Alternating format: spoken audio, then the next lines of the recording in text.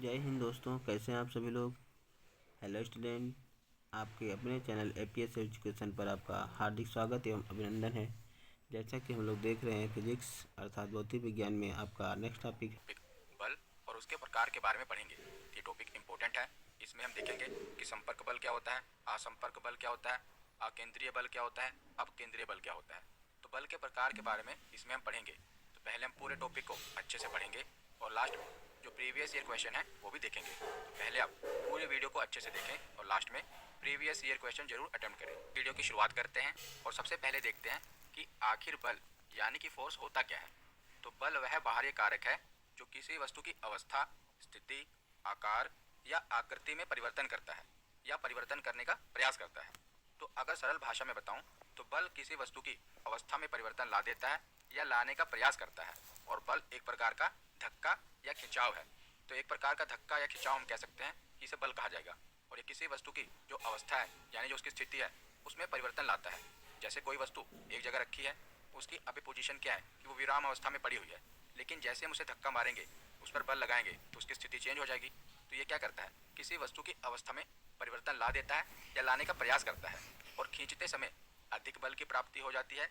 इसी कारण किसी वस्तु को धकेलने की तुलना में खींचना आसान होता है, क्योंकि खींचते समय जो एंगल होता है ऊपर की ओर बनता है, धकेलते वक्त नीचे की ओर एंगल बनता है। तो खींचते वक्त क्या होता है, खींचना किसी वस्तु को आसान होता है, उसमें ज़्यादा बल नहीं लगाना पड़ता, लेकिन ढकेलते वक्त ज़्यादा बल लगाना पड़ता है। और जो बल है एक सदिश राशि है। बल का मात्रक क्या है, तो बल का मात्रक न्यूटन है। बहुत बार पूछा गया है बल का मात्रक क्या है, न्यूटन। और इसे किलोग्राम मीटर प्रति सेकंड में प्रदर्शित किया जाता है। और जो बल है ना, इसके विभिन्न रूप और उदाहरण देख लेते हैं।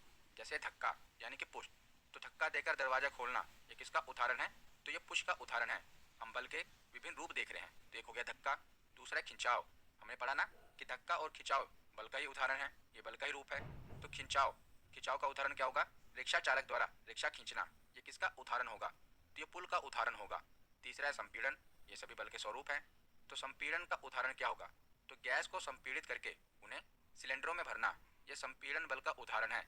जैसे आपके रसोई घर में जो सिलेंडर है उसमें कौन सी गैस है, तो एलपीजी गैस है ना। एलपीजी सिलेंडर में एलपीजी गैस है, तो उसमें जो एलपीजी गैस भरी गई है यानी कि उसे कंप्रेस करके भरा जाता है। उसके बाद है तनाव, तनाव भी एक प्रकार का बल है। तो रबड़ के दोनों सिरों को खींचना, ये तनाव बल का उदाहरण है, ये टेंशन फोर्स का उदाहरण है। चौथा स्वरूप है वायु प्रतिरोध यानी कि एयर रेजिस्टेंस।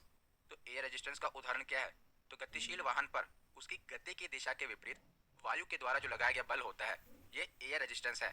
जब आप वाहन चलाते हैं तो वाहन की स्पीड को क्या रोकता है, तो जो हवा है ना, हवा क्या करती है, वाहन की स्पीड को कम करती है। जो हवा वाहन के विपरीत चल रही होती है ना, वो क्या करती है, वाहन के स्पीड को कम करती है। तो गतिशील वाहन पर उसकी गति के दिशा के विपरीत वायु के द्वारा जो लगाया गया बल होता है वो वायु प्रतिरोध कहलाता है, एयर रेजिस्टेंस कहलाता है। उसके बाद बल का अगला स्वरूप है घर्षण। घर्षण भी एक प्रकार का बल है, फ्रिक्शन फोर्स।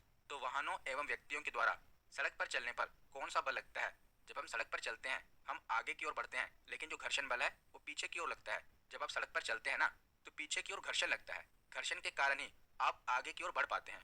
अगर घर्षण ना लगे तो आप स्लिप कर जाएंगे, फिसल जाएंगे। घर्षण के कारण ही आप आगे बढ़ पाते हैं। या कोई वाहन है, वाहन के जो चक्के हैं वो रोड पर जब चलते हैं तो रोड पर फ्रिक्शन पैदा होता है। फ्रिक्शन के कारण ही वाहन आगे बढ़ पाते हैं। अगर फ्रिक्शन ना पैदा हो पाए, जैसे बर्फ है, अब बर्फ के ऊपर गाड़ी चलानी है तो क्या होगी, गाड़ी फिसलेगी ना। फिसलती क्यों है, क्योंकि फ्रिक्शन नहीं लग पाता, घर्षण नहीं हो पाता। तो घर्षण भी एक प्रकार का बल है। तो वाहनों एवं व्यक्तियों का सड़क पर चलना यह घर्षण का उदाहरण है। अब आगे हम बलों के प्रकार देख लेते हैं, टाइप्स ऑफ फोर्सेस देख लेते हैं। तो बलों को मुख्यतः दो वर्गों में विभाजित किया गया है। एक है संपर्क बल, दूसरा है गैर संपर्क बल। तो संपर्क बल नाम से ही क्लियर है, कॉन्टैक्ट फोर्स, जिसमें संपर्क की जरूरत पड़े, कॉन्टैक्ट की जरूरत पड़े। तो ऐसे बल जो संबंधित निकाय पर प्रत्यक्ष रूप से यानी कि डायरेक्टली अथवा किसी अन्य माध्यम से बल आरोपित होते हैं, उन्हें संपर्क बल कहा जाता है। और संपर्क बलों के प्रमुख जो उदाहरण है वो आगे हम देखेंगे। तो संपर्क बल कौन से होते हैं, जो डायरेक्टली लगते हैं और जिनमें कॉन्टैक्ट की जरूरत होती है। जैसे संपर्क बल का पहला प्रकार है आरोपित बल यानी कि अप्लाइड फोर्स। तो किसी व्यक्ति अथवा वस्तु द्वारा किसी अन्य व्यक्ति अथवा वस्तु पर आरोपित किया गया बल आरोपित बल कहलाता है। तो बहुत ही सिंपल उदाहरण है, जैसे किसी व्यक्ति के द्वारा मेज को धक्का देकर किसी अन्य स्थान पर परिवर्तित करना, ये किसका उदाहरण होगा, तो आरोपित बल का उदाहरण होगा। आरोपित बल क्या है, पहले तो हम संपर्क बल के प्रकार पढ़ रहे हैं। तो संपर्क बल में क्या होगा, कॉन्टैक्ट की जरूरत होगी, बिना कॉन्टैक्ट के ये बल नहीं लगेगा। तो इसका पहला प्रकार है आरोपित बल। आरोपित बल में क्या होगा कि आप किसी वस्तु पर बल लगाएंगे, उसको टच कर कर उस पर बल लगाएंगे। जैसे आप किसी मेज को धक्का देकर उसके स्थान का परिवर्तन कर रहे हैं, तो क्या होगा, आरोपित बल का उदाहरण होगा। दूसरा उदाहरण आप देखिए, जैसे कि लड़की है, ये जो ट्रॉली है, ट्रॉली को आगे की ओर धकेल रही है, तो ये भी क्या है, आरोपित बल है, ये ट्रॉली पर बल लगा रही है ना। तीसरा उदाहरण आप देखें कि एक लड़का है, ये छोटी सी अलमारी को भी ढकेल रहा है, पुश कर रहा है, तो उस पर बल लगा रहा है। तो किसका उदाहरण होगा, तो आरोपित बल का उदाहरण होगा।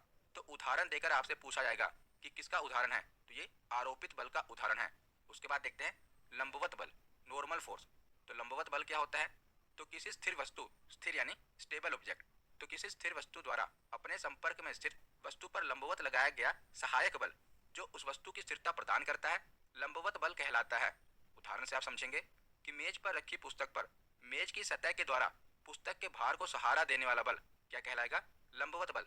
जैसे मेज के ऊपर पुस्तक रखी गई है, अब पुस्तक स्थिर है, आप मेज को क्या करेंगे, मेज को ढकेलेंगे और मेज की सहायता से पुस्तक अभी भी स्थिर है लेकिन उसके स्थान में परिवर्तन हो रहा है। तो मेज की सहायता से पुस्तक के स्थान में भी परिवर्तन हो रहा है ना। और हमने पढ़ा कि बल क्या करता है, कि स्थान में परिवर्तन लाने का प्रयास करता है। तो मेज की सहायता से हमने जो पुस्तक उसके ऊपर रखी गई है उसके स्थान में भी परिवर्तन किया, तो ये क्या कहलाएगा, ये लंबवत बल कहलाएगा। उसके बाद है घर्षण बल, फ्रिक्शन फोर्स। घर्षण बल के ऊपर मैं डेडिकेटेड वीडियो बनाऊंगा, अगली वीडियो में हम घर्षण बल और संतुलन के बारे में पढ़ेंगे। तो घर्षण बल क्या है, तो किसी सतह के द्वारा आरोपित वह बल जो उस सतह पर गतिमान वस्तु अथवा व्यक्ति की गति का विरोध करता है, घर्षण बल कहलाता है। तो घर्षण बल क्या करता है, ये गति का विरोध करता है। उदाहरण के रूप में देखा जाए तो गतिमान कार पर सड़क के द्वारा लगाया गया बल, जैसे जो ये कार है, कार का जो इंजन है वो कार को आगे की ओर फोर्स कर रहा है, आगे की ओर बढ़ा रहा है। लेकिन जो सड़क है, सड़क पर जो चक्के चल रहे हैं उस पर फ्रिक्शन लग रहा है, फ्रिक्शन पीछे की ओर लगेगा तभी कार आगे की ओर बढ़ेगी। तो घर्षण क्या होगा, पीछे की ओर लगेगा, तभी जो कार है ये आगे की ओर बढ़ेगी। उसके बाद अगला प्रकार है तनाव बल, यानी कि टेंशन फोर्स। तो तनाव बल क्या होता है, तो तार, रस्सी, केबल या धागा दोनों के विपरीत सिरों पर उसमें लगने वाला बल तनाव बल कहलाता है। जैसे एक रस्सी है, एक रस्सी को दोनों तरफ से व्यक्ति खींचे तो इस पर कौन सा बल लगेगा, तो इस पर टेंशन फोर्स लगेगी, तनाव बल लगेगा। यानी कि एक रस्सी को दोनों तरफ से खींचा जा रहा है तो इस पर तनाव बल लगेगा। और किसी केबल की सहायता से अगर किसी ऑब्जेक्ट को लटकाया जाए तो उस पर भी टेंशन बल लगेगा, तनाव बल लगेगा। कोई रबड़ है, अगर रबड़ के दोनों सिरों को खींचा जाए तो उस पर भी कौन सा बल लगेगा, तनाव बल लगेगा। तो ये टेंशन फोर्स के उदाहरण है। अगला संपर्क बल है स्प्रिंग बल, स्प्रिंग फोर्स। तो किसी संपीड़ित अथवा खींची हुई स्प्रिंग के द्वारा उसे जुड़ी हुई वस्तु पर लगाया जाने वाला बल स्प्रिंग बल कहलाता है। जैसे जो ट्रैम्पोलिन है, ये स्प्रिंग फोर्स का उदाहरण है। ट्रैम्पोलिन आपने देखा होगा कि मेले वगैरह में जो बच्चे हैं इस पर कूदते हैं ना, इस पर कूदते हैं फिर उसको उछाल देता है, तो किसका उदाहरण होगा, तो स्प्रिंग के कारण ऐसा होता है, तो स्प्रिंग फोर्स का उदाहरण है। जैसे जो सोफा होता है, सोफे में भी आप देखते हैं कि स्प्रिंग लगा होता है, जब आप बैठते हैं तो वो कंप्रेस होता है, तो ये भी स्प्रिंग बल का उदाहरण है। कोई खिलौना हो जिसमें स्प्रिंग लगा हो तो भी स्प्रिंग बल का उदाहरण है। तो किसी संपीड़ित अथवा खींची हुई स्प्रिंग के द्वारा, यानी कि स्प्रिंग को चाहे कंप्रेस किया गया हो, दबाया गया हो या उसे स्ट्रेच किया गया हो, दोनों के द्वारा कौन सा फोर्स लगता है, स्प्रिंग फोर्स लगता है। तो संपर्क बल के बारे में हमने पढ़ लिया, अब हम गैर संपर्क बल के बारे में पढ़ते हैं, नॉन कॉन्टैक्ट फोर्स के बारे में पढ़ते हैं। तो ऐसे बल जो एक पिंड के द्वारा किसी अन्य पिंड के प्रत्यक्ष संपर्क में आए बिना उस पर आरोपित किए जाते हैं। पिंड यानी कि बॉडी, तो दो बॉडी के बीच में जो बल लग रहा हो लेकिन उनमें कोई कॉन्टैक्ट ना हो तो उसे गैर संपर्क बल कहा जाएगा। जैसे जो मैग्नेटिक फोर्स होती है, चुंबकीय बल होता है। अब चुंबक में दोनों चुंबक बिना चिपकाए हुए, यानी कि एक दूसरे के संपर्क में आए हुए एक दूसरे के नजदीक आते हैं ना, जब दो चुंबक को एक दूसरे के पास लाया जाता है तो एक दूसरे को खींचने लगते हैं, जबकि अभी वो संपर्क में आए नहीं है, तो इसे गैर संपर्क बल कहा जाएगा। जैसे जो गुरुत्वाकर्षण बल होता है, ग्रेविटेशनल फोर्स होता है, ये भी गैर संपर्क बल का उदाहरण है। तीसरा उदाहरण है इलेक्ट्रोस्टैटिक फोर्स का, स्थिर वैद्युतीय बल का, ये भी गैर संपर्क बल का ही उदाहरण है। आगे हम इनके बारे में पढ़ेंगे। तो पहले हम गुरुत्वाकर्षण बल के बारे में पढ़ते हैं, ग्रेविटेशनल फोर्स के बारे में पढ़ते हैं। तो यह एक आकर्षण बल है जो द्रव्यमान युक्त सभी पिंडों के मध्य कार्य करता है, यानी कि जिनके बीच में मास होगा। दो मास ऑब्जेक्ट के बीच में गुरुत्वाकर्षण बल काम करेगा। जैसे सूर्य के गुरुत्वाकर्षण बल के कारण ही सौर के सभी ग्रह निश्चित कक्षाओं में सूर्य की परिक्रमा करते हैं। तो जो सूर्य है, सन है, इसके ग्रेविटेशनल फोर्स के कारण ही जो सूर्य के चारों ओर ग्रह इसके चक्कर लगाते हैं। किसके कारण, इसके ग्रेविटेशनल फोर्स के कारण।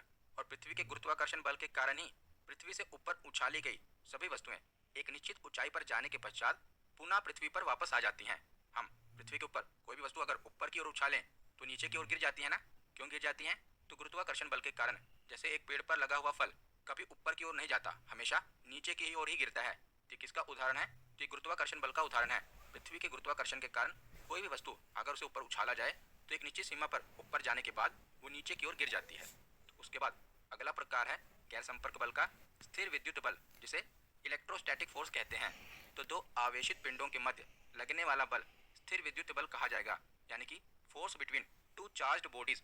दो चार्ज बॉडी के बीच में जो बल लगता है उसे स्थिर विद्युत बल कहा जाता है। उदाहरण के रूप में देखा जाए तो कंघे को कपड़े पर रगड़ने के पश्चात कागज के सूक्ष्म टुकड़े के समीप ले जाने पर कागज के टुकड़े कंघे की ओर आकर्षित हो जाते हैं। जैसे आपने स्कूल में किया होगा, जो स्केल होता है यानी कि रूलर होता है, उसको आप अपने बालों पे रगड़ते थे और रगड़ने के बाद जो छोटे छोटे कागज के टुकड़े होते थे उसके समीप ले जाने पर क्या होता था कि जो कागज के टुकड़े हैं वो स्केल की ओर आकर्षित होते थे ना। तो किसका उदाहरण था? तो ये इलेक्ट्रोस्टैटिक फोर्स का उदाहरण था। तो इसके बीच में ये बल लगता क्यों है? एक के अंदर पॉजिटिव चार्ज होता है और दूसरे के अंदर नेगेटिव चार्ज होता है, और पॉजिटिव चार्ज और नेगेटिव चार्ज एक दूसरे को अट्रैक्ट करते हैं। और जैसे ही हम कंघे को कागज के टुकड़ों की ओर ले जाएंगे तो पॉजिटिव चार्ज नेगेटिव चार्ज को अपनी ओर आकर्षित करेगा। तो इसीलिए ये दोनों एक दूसरे की ओर आकर्षित होते हैं। तो ये इलेक्ट्रोस्टैटिक फोर्स का उदाहरण है। आगे हम चुंबकीय बल के बारे में पढ़ते हैं। तो गैर संपर्क बल का तीसरा प्रकार है मैग्नेटिक फोर्स। तो विद्युत आवेशित कणों के मध्य कार्यरत आकर्षण अथवा प्रतिकर्षण। आकर्षण मतलब कि अपनी ओर खींचना, प्रतिकर्षण मतलब कि अपनी ओर से दूर करना। ये बल चुंबकीय बल कहलाता है। तो समान आवेश वाले कण एक दूसरे को प्रतिकर्षित करते हैं, जबकि विपरीत आवेश वाले कण एक दूसरे को आकर्षित करते हैं। यानी कि ऑपोजिट चार्ज वाली वस्तुएं एक दूसरे को अट्रैक्ट करती हैं, लेकिन समान आवेश वाले कण एक दूसरे को दूर ढकेलते हैं।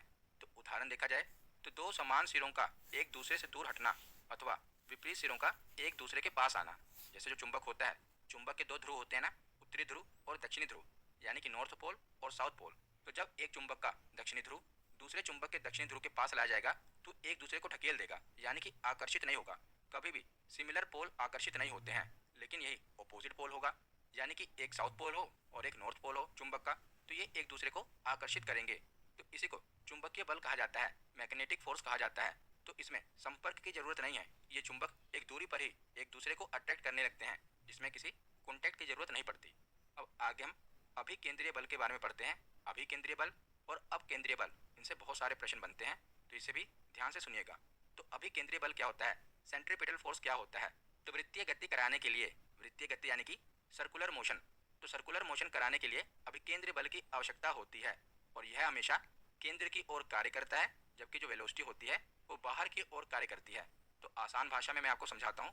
तो जब आप रस्सी में एक पत्थर का टुकड़ा बांधते हैं और उसके बाद रस्सी को ऊपर की ओर गोल गोल नचाते हैं, तो गोल गोल नचाने पे क्या होगा? जो पत्थर का टुकड़ा है उसका जो मोशन है वो सर्कुलर मोशन होगा ना, गोल गोल, यानी कि एक सर्कल पर मोशन करेगा।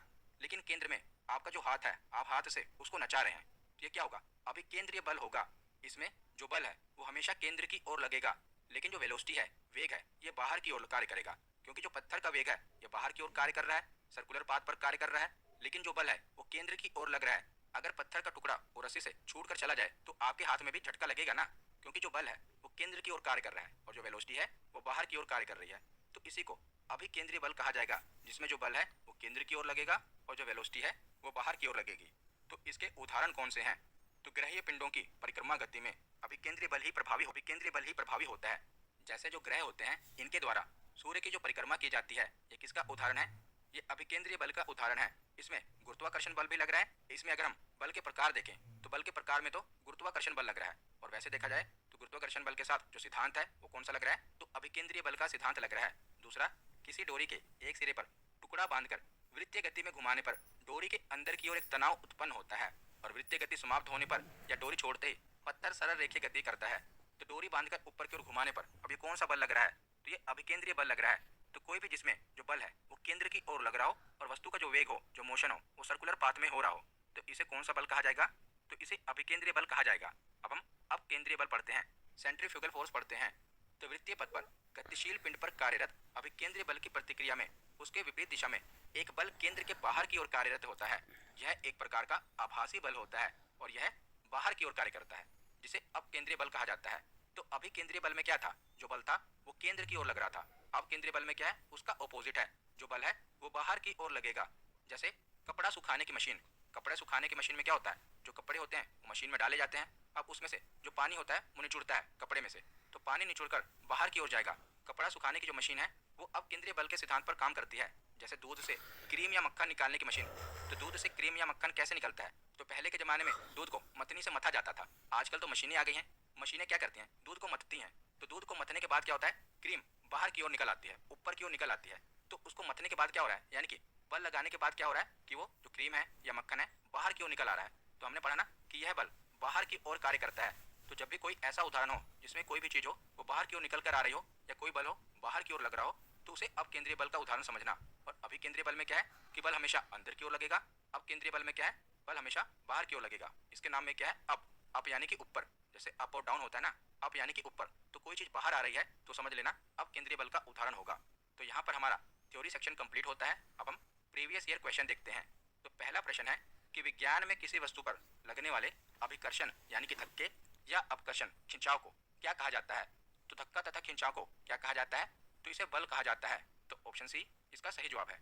अगला प्रश्न है कि असंपर्क बल का उदाहरण है घर्षण बल, चुंबक के द्वारा लगाया गया बल, पेशीय बल या दाब बल। तो असंपर्क बल का उदाहरण है चुंबक के द्वारा लगाया गया बल, इसमें किसी कॉन्टैक्ट की जरूरत नहीं होती। तो ऑप्शन बी इसका सही जवाब है। अगला प्रश्न है कि एक आवेशित वस्तु जब किसी दूसरी आवेशित अथवा अनावेशित वस्तु पर बल लगाती है तो वह बल कहलाता है।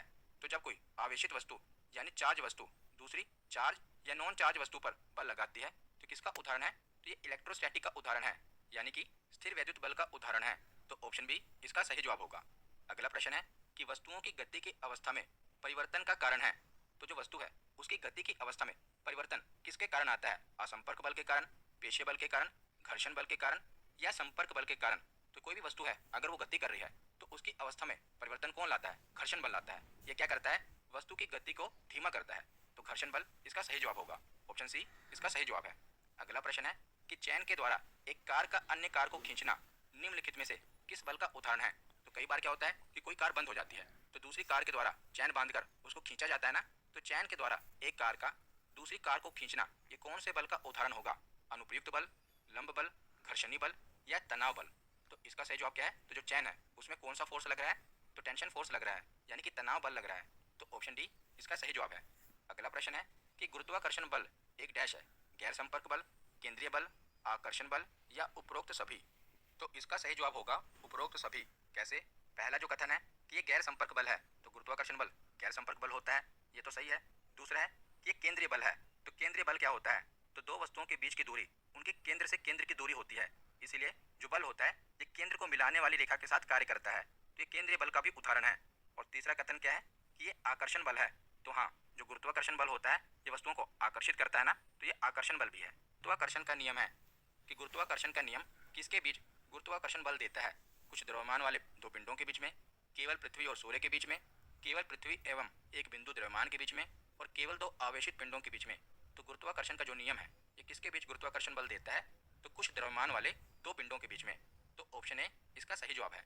अगला प्रश्न है कि सूखे बालों पर रगड़ने के बाद एक प्लास्टिक स्केल कागज के टुकड़ों को आकर्षित करता है, यह किसका उदाहरण है, गुरुत्वाकर्षण बल का, चुंबकीय बल का, आकर्षण बल का या स्थिर वैद्युत बल का। तो यह किसका उदाहरण है, तो इलेक्ट्रोस्टैटिक फोर्स का उदाहरण है, स्थिर वैद्युत। निम्नलिखित में से कौन अभिकेंद्रीय बल का उदाहरण है, कौन कौन से उदाहरण है, किसी दरवाजे को धकेलना, टायर से उड़ती हुई मिट्टी, सूर्य की परिक्रमा करते ग्रह या भूमध्य रेखीय रेलवे। तो बताइए अभिकेंद्रीय बल का उदाहरण इसमें से कौन सा है, तो सूर्य की परिक्रमा करते हुए ग्रह यह अभिकेंद्रीय बल का उदाहरण है। तो ऑप्शन सी इसका सही जवाब है।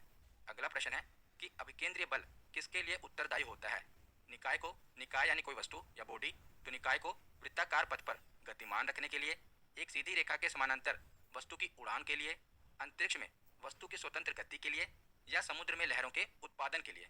तो अभिकेंद्रीय बल किसके लिए उत्तरदायी है, तो इन सभी कथनों में से जो पहला कथन है ये सही है कि निकाय को एक सर्कुलर पाथ पर गतिमान रखने के लिए अभिकेंद्रीय बल उत्तरदायी होता है। वॉशिंग मशीन में कपड़ों को सुखाने के लिए उत्तरदायी बल कौन सा है, तो वॉशिंग मशीन में कपड़ों को सुखाने के लिए कौन सा बल उत्तरदायी होता है, तो अपकेंद्रीय बल। ऑप्शन बी इसका सही जवाब है। तो आज का आखिरी प्रश्न है कि वृत्त के केंद्र से दूर निर्देशित एक वृत्त में गमन करने वाली वस्तु द्वारा अनुभव किए गए बल को डैश के रूप में जाना जाता है। तो ये केंद्र से दूर निर्देशित कर रहा है तो कौन सा बल होगा, तो अब केंद्रीय बल होगा। ऑप्शन